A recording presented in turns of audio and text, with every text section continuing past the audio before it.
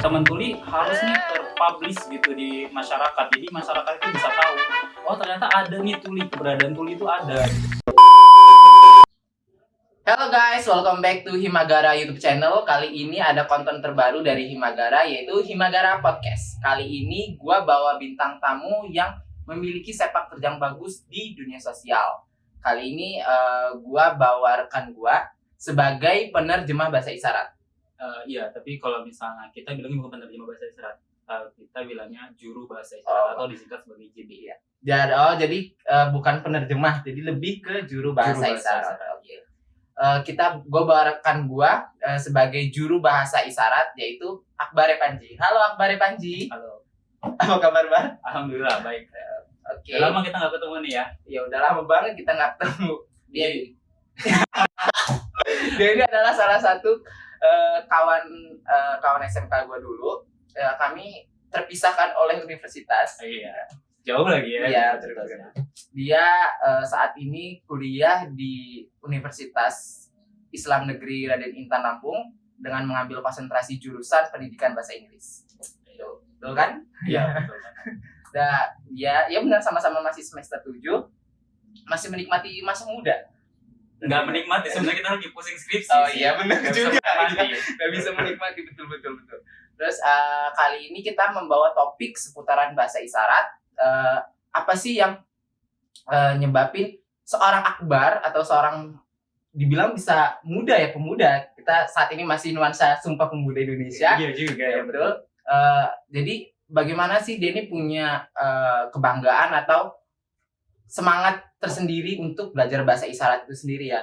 Terus kita pengen tahu, ngulik-ngulik bagaimana, apa yang nyebabin dia terjun banget ke bahasa isyarat itu. Sebelum ke sana, kita perkenalkan diri dulu ya, untuk ada perkenalan diri dari Akbar Panjinya. Pakai bahasa isyarat. Boleh. Pakai bahasa isyarat. Oke, saya coba ya. Halo, assalamualaikum warahmatullahi wabarakatuh. Perkenalkan, nama saya. Aduh, ketutupan ya.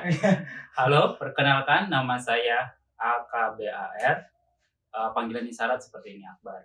Ya, seperti itu. Jadi lebih kalau untuk panggilan nama itu biasanya dia nyebutnya itu memang per abjad seperti itu. Jadi kalau misalnya untuk spelling, jadi kan spelling kan, Iya. atau di eja itu AKBAR. Tapi kita punya panggilannya masing-masing gitu dengan isyarat. Misalnya saya panggilannya seperti ini, Akbar gitu. Dengan ciri khas saya punya dulu tuh yang buat ini adalah teman tuli. Jadi yang membuat adalah teman tuli.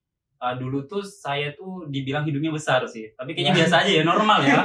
Tapi orang-orang bilang hidung saya besar. Terus ini huruf R, jadi saya dipanggilnya seperti ini gitu. Dengan ciri khas saya seperti ini.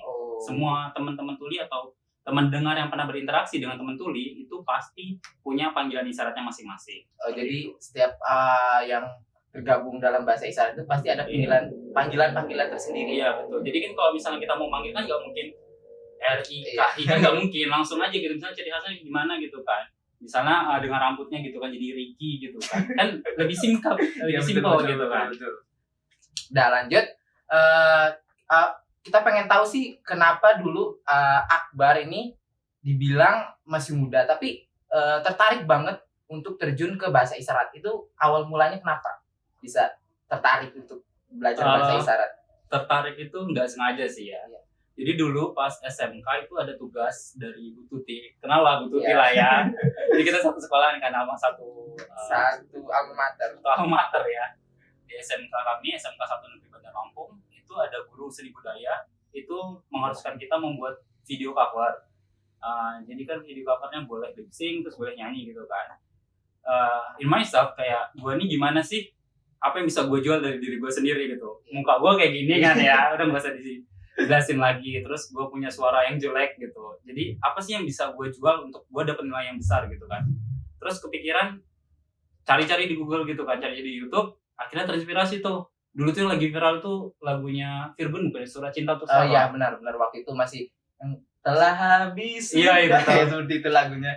Bagus ya suaranya ya. Nah dari situ kan gue kayak lihat-lihat tuh di YouTube. Oh ternyata ada bahasa isyarat gitu kan. Cobalah gue coba. Tapi dulu tuh masih CB ya, Sistem Isyarat Bahasa Indonesia, bukan Bisindo. Sebelum lanjut, apa sih bedanya CB dengan Bisindo itu tadi? Untuk CB sama Bisindo itu beda jauh sih sebenarnya kalau dijelaskan. secara grammatical dan lain-lain ya. Tapi singkatnya gini deh, kalau misalnya CB itu dibuat oleh pemerintah, sedang pemerintah yang dengar, sedangkan di Sindo itu bahasa alamiah yang dibuat oleh teman-teman tuli secara langsung. Otomatis kalau misalnya dari pemerintah itu dibuatnya terstruktur itu sesuai dengan SPOK gitu. Sedangkan di Sindo itu dari teman tuli dan mereka punya tata bahasanya masing-masing gitu.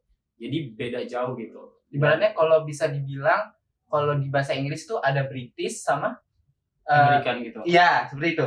Atau Enggak beda? sih, mungkin lebih kayak gini deh. Bahasa Lampung punya bahasa Lampung sendiri, Oh, iya. bahasa Indonesia punya bahasa Indonesia sendiri. Mungkin gambarnya seperti itu sih. Oh iya beda. Oh, lanjut. Oh iya, tadi ya. Saya coba tuh pakai cover lagu pakai bahasa isyarat tapi itu masih CB. Itu udah kayak gitu, dapat nilai nih gede nih kan, lumayan. Udah berapa lo kemarin? Waktu itu udah Dulu berapa? 8 berapa tadi? Ya, kalau gue dapet 9 ya kalau nggak salah kemarin tuh ya dulu tuh. Terus kayak seneng aja gitu kan. Akhirnya mulai tertarik tuh, buatlah gitu kan, kayak cover lagu juga gitu, nyoba-nyoba ikut tutorial di YouTube gitu. Terus ada tugas lagi dari Bu Tuti, ingat nggak? Iya benar-benar. Buat short movie ya, buat cerita pendek gitu. Gua pakailah itu bahasa isyarat. Entah kenapa kayak tertarik terus, akhirnya buatlah cover lagu gitu. Cover lagu disyaratin gitu. Lambat laun ya udah mulai tertarik dan mulai ya alhamdulillah bisa. Nah, jadi kan waktu kalau bisa jelas karena berawal dari tugas itu tadi, Iya, betul, tertarik bagaimana kayak biar mendapatkan achievement atau nilai yang bagus untuk menjual diri. Iya. Bagaimana kan caranya? Dari ketik ya. Nah, seperti itu. Terus kenapa sih sampai sekarang ini lebih mendalami belajar bahasa isyarat? Apa yang bikin kayak sebenarnya kan tujuan awal itu sebenarnya untuk mendapat achievement atau nilai itu tadi kan. Ya, nah, terus kalau kenapa sih sampai sekarang masih bergelut di hal itu? Oke, menarik sih sebenarnya. Agak panjang kalau diceritain sih sebenarnya. Jadi gini, kan pertama tuh gue udah bisa tuh kayak bahasa isyarat tuh CB gitu kan. Nah terus gue cari-cari tuh apa sih itu CB gitu, apa sih bahasa isyarat gitu, gue cari-cari. Terus ada tuh kata istilah di Sindo, terus kayak lihat-lihat ada tuh keresahan tulis seperti apa gitu kan. Kok gue kayak tertarik aja gitu, akhirnya mau nih gue terjun sama teman-teman tuli, terus gue cari-cari, gue lihat gimana sih isu-isunya di Bandar Lampung gitu, isu-isunya di Lampung gitu. Ternyata di sini penerjemahnya belum ada, kayak baru ada 1 orang gitu kan. Terus makin gue tertarik lagi kan, tertarik. Akhirnya gue singkat cerita terjunlah ke komunitas Gerkatin, Gerakan Kesejahteraan Tunarungu Indonesia. Itu semuanya tuli gitu. Dari situ gue udah gabung. Akhirnya kita sharing-sharing gitu. Gue tanya-tanya apa sih hambatan dari teman-teman tuli selama mereka ada di Lampung ini, aksesnya apa aja yang kurang dan bla bla bla bla. Akhirnya bikin diri gue semangat lagi tuh kayak untuk memperdalam dan untuk bantu mereka gitu sih. Ya. Masalah Gerkatin tadi kayaknya sebelum ini gue melihat berita nih ada bahwa Akbar ini dan kawan-kawannya mengadvokasikan informasi terkait COVID-19 kemarin. Bahwa di televisi bahwa televisi di Lampung ini belum ada yang menggunakan juru bahasa isyarat tadi itu ya Bar ya, untuk biar semua orang bagaimana sih informasi yang didapetin semua orang tuh dapat gitu, ngerti, nggak cuma orang yang biasa bisa tahu, orang-orang yang butuh itu pun bisa tahu gitu. Itu apa hal yang nyebabin waktu pertama kali ngadvokasi hal itu? Untuk advokasi itu kita tahu kan dulu pas awal pandemi itu banyak pasti informasi atau berita itu melalui siaran televisi gitu kan, terkait tentang penyebaran COVID-19 yang makin meningkat dan bla bla bla bla gitu kan. Nah dari situ teman-teman tuli itu bingung akhirnya kan, dari yang di Lampung tuh bingung. Ini beritanya tentang apa sih? Ini ada apa sih? Ini ada apa sih? Corona itu apa? Gini-gini ada apa gitu. Akhirnya gue jelasin kan, udah gue jelasin gitu. Akhirnya gue capek lah, masa gue setiap hari harus jelasin gitu kan. Cuman untuk 1 orang gitu kan. Akhirnya mereka lihat nih dari pertama itu dari Jawa Barat kalau nggak salah, mereka lihat di situ gubernurnya itu sudah pakai penerjemah bahasa isyarat. Jadi ketika sedang pre-release COVID-19 itu sudah ada penerjemahnya gitu kan. Akhirnya mereka tertarik untuk mengadvokasi pemerintah, kami minta akses informasi. Kan katanya semua manusia itu berhak untuk mendapatkan informasi gitu kan. Akhirnya mereka datang, kami datang ke kantor gubernur, awalnya itu kita datang ke poskonya, habis itu ketemu dengan bapak bapak bapak siapa ya, saya lupa itu ya. Iya. Habis itu kita ngobrol-ngobrol dan akhirnya saya ditariklah di sana untuk menjadi penerjemah. Akhirnya mereka, alhamdulillah sih mereka nerima kita gitu kan, nerima kita untuk memberikan akses informasi. Tapi sebelumnya juga kita ngobrol sama ibu gubernur Lampung ya, Ibu Riana Sari Arinal ya. Kita ngobrol-ngobrol, di situ udah sharing-sharing. Akhirnya ya alhamdulillah pemerintah di Lampung ini insya Allah udah mulai terbuka untuk akses informasi untuk teman-teman tuli. Gitu. Iya, jadi untuk waktu pada saat itu dari teman-teman dari Gerkatin, bisa dibilang Gerkatin itu membantu, dan Akbar juga, apakah Akbar sendiri yang waktu itu turut sebagai juru bahasa isyarat untuk informasi COVID-19? Oke. Jadi untuk penerjemah bahasa isyarat itu awalnya saya sendiri ya. Karena gini, kan kita menerjemahkan kan dari suara ya. Jadi ketika dulu tuh yang menjadi press release itu Ibu Nuni sama Kadis Kesehatan, itu Ibu Rihana. Iya. Ibu Rihana. Jadi ketika press release itu kan ngomong kan, teman tuli kan nggak bisa dengar. Iya, Ya jadi kan ya cuma saya sendiri gitu awalnya.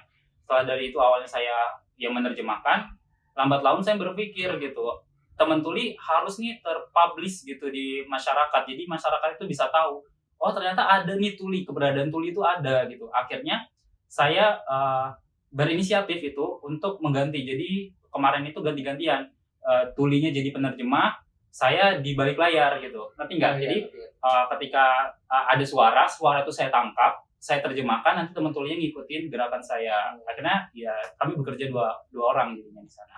Jadi ada keterlibatan langsung dari teman-teman tuli itu. Pasti dong. Ya. Nah, terus selanjutnya itu sebelum kita lanjut, jangan lupa untuk klik tombol subscribe, like, komen. Selanjutnya kita akan membahas apa lagi, dan jangan lupa untuk aktifin selalu tombol notifikasinya. Coba sih diulang biar gua terjemahin gitu. Diulang. Diulang. Oke ya. Jangan lupa untuk like, komen, subscribe, dan kasih tahu apa yang bakal kita sajiin selanjutnya di Himagara YouTube channel ini. Dan jangan lupa untuk aktifin selalu notifikasi YouTube channel ini. Seperti itu. Ya, seperti itu. Oke, lanjut kita ke pertanyaan selanjutnya. Itu selain waktu kan lo sebagai juru bahasa isyarat waktu di informasi COVID-19 di Pemprov Lampung itu. Nah, setelah itu lo ada dapat tawaran gak sih, tawaran lain, karena lo dari masuk TV itu, karena seperti yang kita tahu kalau TV-TV di Lampung ini masih belum ada ya untuk juru bahasa isyarat itu kan. Jadi sebenarnya sebelum dari itu juga gue udah kerja sih sebenarnya jadi penerjemah bahasa isyarat gitu. Tapi setelah kena COVID ya, akhirnya banyak nih orang-orang dari situ nih, dari advokasi itu kan saya nerjemahin tuh. Pas nerjemahin itu pasti banyak lah wartawan yang merekam video dan lain-lainnya. Jadi karena itu banyak exposure yang masuk ya. Betul gitu. Akhirnya ada salah satu stasiun TV itu Lampung TV narik gua untuk jadi penerjemah di debat publik waktu pemilihan kepala daerah. Iya, dulu itu apa ya? Gubernur ya? Bupati. Itu gua nerjemahin di Kalianda, Lampung Selatan, terus pesisir barat itu 2 kali, sama di Waikanan itu. Jadi kita bisa tahu nih sepak terjangnya udah bagus banget, udah keliling-keliling di provinsi Lampung ya tentunya. Iya, udah keliling-keliling. Gua sebagai penikmat alam di Lampung aja belum bisa kunjungin sebanyak Akbar ini kunjungin. Tapi sih gua kerja sih di sana, nggak ngapa-ngapain foto banget. Karena gue sendiri di sana, kalau gue ada kawan yang minta tolong fotoin, tapi di sana ya kali gue minta papa foto, ini kan nggak mungkin gitu kan. Nah, selama lo sebagai bisa dibilang juru bahasa isyarat ini, apa sih yang kendala atau hambatan selama lo menjalani profesi, kalau bisa dibilang ini ya, sebagai juru bahasa isyarat? Dikatakan profesi. Jadi apa sih hambatan atau kendala-kendala yang ketika lo sebagai profesi juru bahasa isyarat tadi? Hambatannya ya, jadi kalau misalnya pas gue nerjemahin, contoh kalau gue menerjemahkan dari verbal ke sign language gitu, ke bahasa isyarat, kalau misalnya speaker itu ngomongnya lambat, itu gue kesulitan. Dan kalau misalnya speaker itu ngomongnya cepat, itu saya juga kesulitan. Jadi biasa aja ngomong gitu kan. Mungkin banyak orang berpikir, oh berarti ada penerjemah bahasa isyarat nih, oke ngomongnya lambat-lambat aja ya gitu. Tapi sebenarnya enggak. Kalau kayak gitu kita kesusahan karena gini, sebagai penerjemah bahasa isyarat itu kami harus menerjemahkan itu singkat, padat dan jelas. Jadi dari sebuah kalimat itu kami akan mengolahnya menjadi sebuah susunan kata berdasarkan dengan budaya tulinya sendiri, baru nanti kita terjemahkan. Otomatis otak kita akan berpikir, oh dari kalimat ini kita ubah dulu nih jadi kalimat bahasa tuli, tata bahasanya tata bahasa tuli. Nah dari situ kita terjemahkan menggunakan tangan. Akhirnya otak kita tuh bekerja 2 kali. Nah itu kita kesulitan. Kalau misalnya ngomongnya lambat, misalnya apa ya? Saya pergi ke pasar, akhirnya saya harus nunggu dulu kalimat itu berakhir baru saya terjemahkan. Karena saya nggak tahu kedepannya mau apa gitu kan. Kalau misalnya terlalu cepat juga, ya tangan saya juga capek gitu kan. Jadi harus santai aja gitu. Mengingat lebih karena iya betul. Karena kalau sepenangkap saya tadi bahwa kita menangkap kalimat sebelumnya, jadi kalimat lanjutan dan kita, nah itu dua yang seperti kesulitan itu, kita harus mengingat kalimat sebelumnya dan mendengarkan kalimat selanjutnya itu yang membuat sama aja sih jatuhnya kayak interpreter bahasa Inggris juga kan. Kalau interpreter bahasa Inggris kita harus menerjemahkan dalam waktu jedanya ada berapa detik gitu kan. Misalnya speaker udah ngomong berapa detik baru nanti langsung diterjemahkan gitu kan. Kalau misalnya speakernya ngomongnya cepet kan ya kita mikir aduh tadi ngomong apa ya gitu kan, kesulitan gitu. Jadi seperti itulah kesulitan sebagai juru bahasa isyarat. Makanya tapi itu tidak mensurutkan bahwa belajar bahasa isyarat itu susah, enggak kan? Enggak, gampang banget. Gampang banget belajar bahasa isyarat. Untuk kalau boleh tahu apa ada sih tempat khusus yang untuk kita biar bisa belajar bahasa isyarat itu, kalau boleh tahu? Kalau misalnya untuk di Lampung sendiri itu masih belum ada sih sebenarnya, tapi masih belum dibuka. Bisa aja cek di IG-nya. Boleh nih promosi IG-nya boleh. Oke, jadi bisa cek aja di IG-nya sadila_sdl. Jadi itu organisasi yang menaungi teman-teman disabilitas. Jadi nggak hanya tulis sebenarnya, tapi di situ menaungi teman-teman disabilitas untuk membantu dan memberdayakan teman-teman disabilitas. Dan di situ juga buka kelas bahasa isyarat sih, tapi untuk saat ini masih belum sih, mungkin masih proses gitu. Terus kalau misalnya kelamaan nih nunggunya gitu, bisa juga di pusatnya, ada pusatnya itu Pusbisindo, Pusat Bahasa Isyarat Indonesia. Bisa cek aja di IG-nya, saya lupa, tapi cek aja Pusbisindo, PUSBINDO. Di situ nanti ada tuh banyak kelas bahasa isyarat. Nah, ya untuk yang mau tahu lebih lanjut mengenai belajar bahasa isyarat bisa kunjungi di Instagram sadila_sdl atau Pusbisindo. Nah, jadi untuk kawan-kawan sekalian jangan pernah bukan takut, ibaratnya jangan takut dan nggak mau untuk belajar bahasa Indonesia, belajar bahasa isyarat, karena bahasa isyarat itu sangat diperlukan nggak sih? Ibaratnya kita semua harus memahami satu sama lain kan? Iya betul. Sebenarnya kalau misalnya teman kalian bisa bahasa isyarat itu simple dan enak banget sih kedepannya. Gini contoh, ketika kalian berenang, nggak mungkin kalian buka mulut kalian ngobrol gitu kan, nggak mungkin kan. Terus misalnya, jadi kalau pakai bahasa isyarat itu lebih seru gitu kan. Kalau misalnya dalam konser kan kayak bising banget gitu kan, kita misalnya mau ngobrol kan harus kuping ke mulut kan, itu kayak aneh gitu kan. Makanya pakai bahasa isyarat itu enak. Dan yang paling enak lagi kita bisa gibah. Gibah di depan orang. Jadi gibah tanpa orang yang tahu ya, benar-benar. Walaupun gibah di depan orang yang langsung, iya betul. Dia tidak bakal nggak tahu kalau dia sedang diomongin. Iya itu kan. Kita kalau gibah kan nggak boleh di belakang, kita di depan aja gitu. Tapi itu jangan dicontoh. Itu jangan contoh ya teman-teman semua. Ya itu cuman itulah yang membuat kenapa Akbar tertarik banget belajar bahasa isyarat dari dulu sampai saat ini itu jadi dibilang profesi, bisa dibilang profesi. Bisa dibilang profesi yang hobi juga, bisa dibilang hobi. Iya sih, itu jadi hobi. Bisa jadi hobi kan. Jadi kerjaan yang hobi. Jadi ibaratnya kalau kerja sambil hobi yang kita laksanain itu tentunya bakal enak juga di jalan. Iya, betul kan? Banget. Oke, nah selanjutnya ada nggak sih pesan-kesan untuk pemerintah dan masyarakat bahwa bahasa isyarat ini penting gitu loh untuk ada di kehidupan sehari-hari? Iya, jadi kalau misalnya untuk masyarakat sebelum mempelajari bahasa isyarat kita harus ini dulu mengenal dulu teman-teman disabilitas tuli itu seperti apa.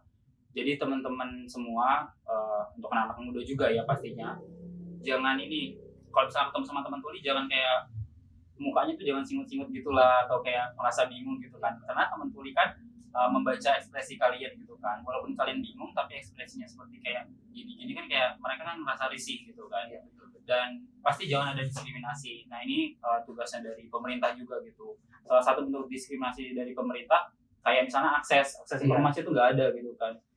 Untuk teman-teman tuli juga di berita-berita misalnya nggak ada aksesnya dan lain-lain. Sebenarnya isunya nggak hanya tuli aja sih, tapi disabilitas semua itu banyak gitu kan. Jadi harapannya untuk pemerintah bisa lebih terbuka lagi kepada teman-teman tuli gitu ya, untuk memberikan akses informasi. Kalau misalnya mereka ngurus berkas atau surat itu, tolong adalah salah satu atau apa yang mendampingi gitu ya, jangan sendiri gitu kan. Atau bisa juga pemerintah ini menyediakan space khusus gitu ya untuk teman-teman. Iya, boleh. Itu lebih baik tentunya kan untuk biar bukan pembeda sebenarnya itu ibaratnya ada space spesial untuk teman-teman kita ini. Kalau itu sih sebenarnya memang udah tanggung jawab ya. Iya. Biasanya kan kalau kalian di tempat umum itu ada tuh logo disabilitas gitu Iya, kan. benar-benar. Tapi mungkin masih perspektif orang-orang masih disabilitas, berarti disabilitas kursi roda aja gitu. Benar. Karena kan disabilitas kan banyak jenisnya, ada yang tunanetra, tunarungu dan lain-lain gitu kan. Jadi harapannya untuk masyarakat juga ya jangan ada diskriminasi lah untuk mereka seperti itu. Jadi untuk teman-teman sekalian itu untuk pemuda-pemuda ini juga kita jangan nggak mau untuk belajar bahasa isyarat, karena belajar bahasa isyarat juga mudah tentunya. Di mana aja bisa kita belajar ya pada tentu. Iya. Kalau misalnya mau belajar bahasa isyarat itu langsung ke teman tulinya aja. Iya. Nongkrong aja sama teman tuli gitu. Nanti terbiasa. Iya, nanti terbiasa. Kita kan mempelajari bahasa Indonesia itu kan karena terbiasa mendengar gitu kan. Sama halnya ketika kalian ingin mempelajari bahasa isyarat itu karena kalian terbiasa melihat mereka berkomunikasi. Ya DM aja di saya gitu. Nongkrong sama teman tuli gitu. Instagramnya Akbar_RP24. Akbar_RP24 kalau yang pengen tahu atau pengen lebih kenal lebih dekat dengan sosok Akbar ini. Ya, jangan dekat ya. Ya, bisa dikunjungi di Instagramnya. Oke. Itulah dari sesi bincang-bincang Himagara Podcast kita kali ini. Untuk teman-teman sekalian jangan lupa untuk selalu subscribe, komen dan like Himagara YouTube channel ini. Komen selanjutnya kita mau ngebahas isu-isu apa atau isu-isu yang menarik untuk kita bahas di Himagara YouTube channel ini. Terima kasih untuk saudara Akbar. Saudara. Kita adalah saudara. Iya, kita adalah saudara. Terima kasih untuk kehadirannya di Himagara YouTube channel. Tetap stay tune. Bye bye. Udah.